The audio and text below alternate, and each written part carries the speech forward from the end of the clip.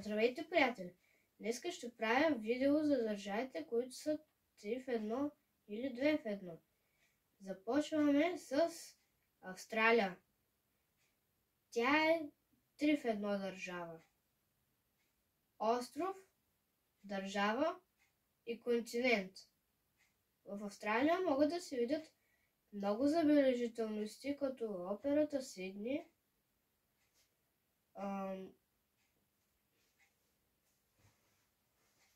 и други.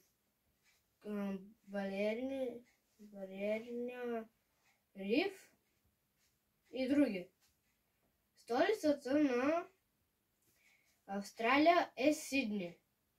Отиваме към другата държава. Гренландия. Тя се смята като 2 в 1 остров и държава. Гренландия е била част от Европа, а след това е била част от Америка, но сега е част от Северния полюс, който е познат с полярните мечки. Отиваме към другата държава. Малко по-надолу от Северна Америка. Бразилия. Бразилия е столица и държава, защото столицата на Бразилия е Бразилия.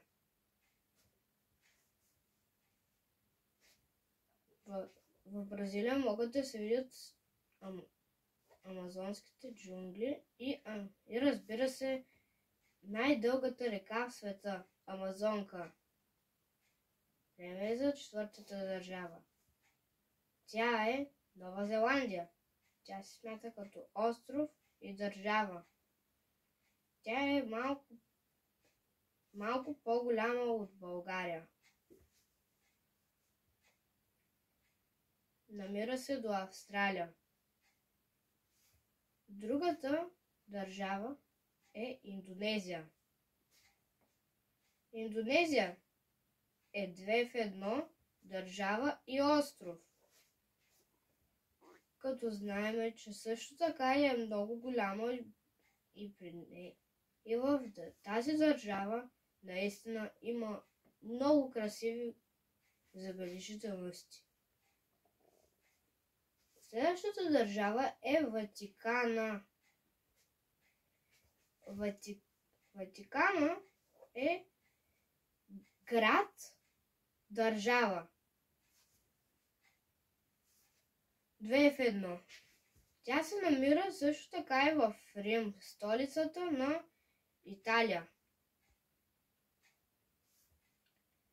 А другата държава в Италия се казва Сан Марино. Сан Марино е 2 в 1 държава. Държава и столица. Защото столицата й се казва Сан Марино. И се намира малко на изток от Ватикан. Другата държава е Филипините. Тя е разположена с много малки островчета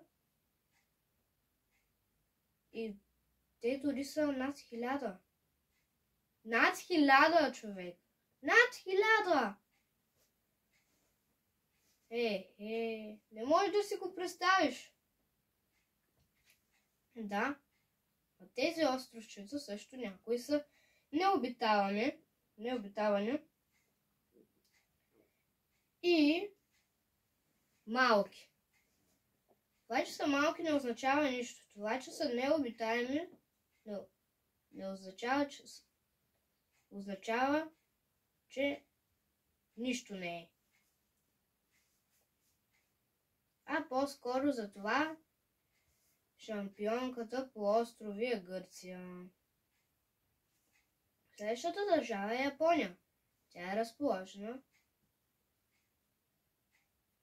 За Филипините обаче не казах кое е 2 в 1.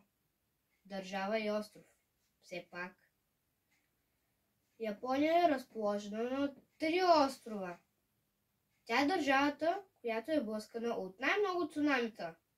Даже от нея идва думата цунами.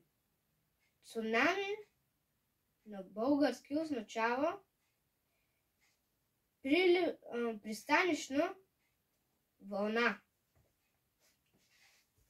Япония е също 2 в 1 остров и държава.